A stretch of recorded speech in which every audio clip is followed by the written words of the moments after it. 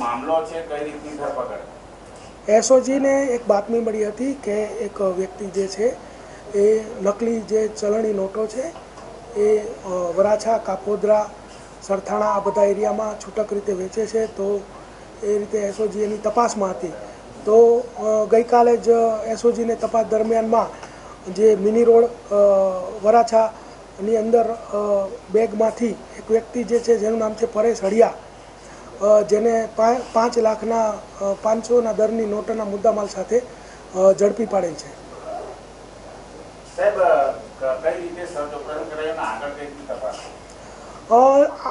આ જે વ્યક્તિ છે એને ઝડપી અને ત્યારબાદ પૂછપરછ કરવામાં આવતા ખબર પડી કે આ 500ના દરની નોટો છે એકદમ હાઈ ક્વોલિટી પ્રિન્ટિંગની કરવામાં આવેલ છે, પરંતુ એક જ સિરીઝના નંબરવાળી છે અને એને પ્રિન્ટ જે સારી ક્વોલિટીના પ્રિન્ટરથી પ્રિન્ટ કરી અને બજારમાં આ લોકો જ્યાં ભીડભાડવાળી જગ્યાઓ હોય કે કોઈ પાનના ગલ્લાઓ હોય કે કોઈ શાકભાજીની લારીઓ હોય ત્યાં આ લોકો છૂટક રીતે વેચાણ કરતા હતા. આ જે આરોપી જે છે એનું નામ પરેશ હળિયા છે. પોતે કિરણ ડાયમંડની અંદર 1 વર્ષથી 6 વર્ષથી નોકરી કરે છે અને 1 વર્ષથી આ જે નકલી ચલણી નોટો છે એને વટાવવાનું કામ કરે છે. સર, કેટલી નોટો બજારમાં પીવી છે? એની પૂછપરછ દરમિયાનમાં જાણવા મળ્યું છે કે અત્યાર સુધીમાં ટોટલ એણે જે છે 25 લાખ રૂપિયાની નોટો જે છે એ છૂટક 1 વર્ષમાં બજારમાં એણે ફેરવી છે. કઈ રીતે ઓળખી શકાય આ નોટને? કઈ રીતે આ નોટ જે છે એ હાઈ ક્વોલિટી પેપર એમાં યુઝ કરવામાં આવે છે, હાઈ ક્વોલિટી પ્રિન્ટિંગ કરવામાં આવે છે, પરંતુ એમાં કોઈ થ્રેડ નથી અને જો બારીકાઈથી જોવામાં આવે તો તરત ખ્યાલ આવે છે કે આ નકલી નોટ છે. પરંતુ આ લોકો રાત્રિના સમયે ભીડભાડવાળી જગ્યાઓમાં કે જ્યાં બહુ જ ગરાગી રહેતી હોય ત્યાં આ લોકો આવા નોટો વટાવવાનું કામ કરતા હતા.